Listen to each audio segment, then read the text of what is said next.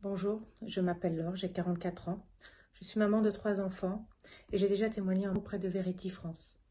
Je souhaite à nouveau témoigner car depuis mon état n'a continué de se dégrader. Ma vie a basculé 2 mois après ma seconde injection. 2 ans après, je cours de rendez-vous en rendez-vous, d'examen en examen. 2 ans à tester divers traitements qui ne fonctionnent pas ou me donnent des effets indésirables. Maintenant, je porte une ceinture lombaire, une minerve, une béquille, j'ai testé l'électrostimulation.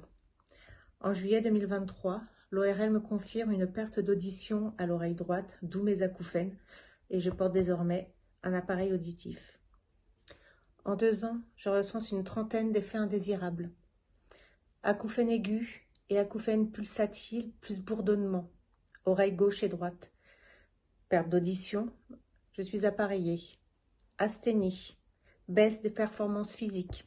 Baisse des performances intellectuelles, brouillard cérébral, côlon irritable, difficulté pour monter et descendre les escaliers, douleur en permanence dans les bras, mains, les doigts, les lombaires, le bassin, les cervicales, les épaules, difficulté pour s'exprimer ou pour communiquer, douleur spontanée diffuse et lancinante, douleur musculaire unilatérale à la pression, énorme perte de cheveux, engourdissement des membres, sensation de fourmillement, faiblesse musculaire sur tout le corps, genoux qui se dérobent, syndrome des jambes sans repos, paresthésie lombaire, raideur, insomnie, spasme musculaire plus fasciculation musculaire, sueur nocturne, vertige, sensation de brûlure et picotement, décharge électrique aux mains, aux pieds, à la nuque, fatigue chronique, tremblement des mains, perte de mémoire instantanée, sensibilité aux odeurs, à la lumière et au bruit.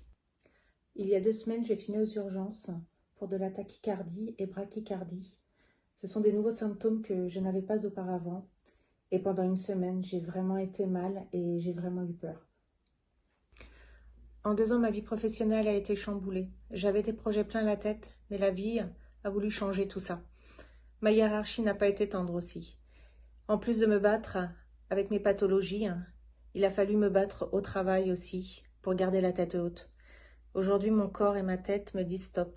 Je ne peux plus travailler. Mon corps me fait souffrir. Et compliqué pour tenir toute une journée. Mon corps, mes bras, mes mains me font souffrir. Mon esprit n'arrive plus à réfléchir.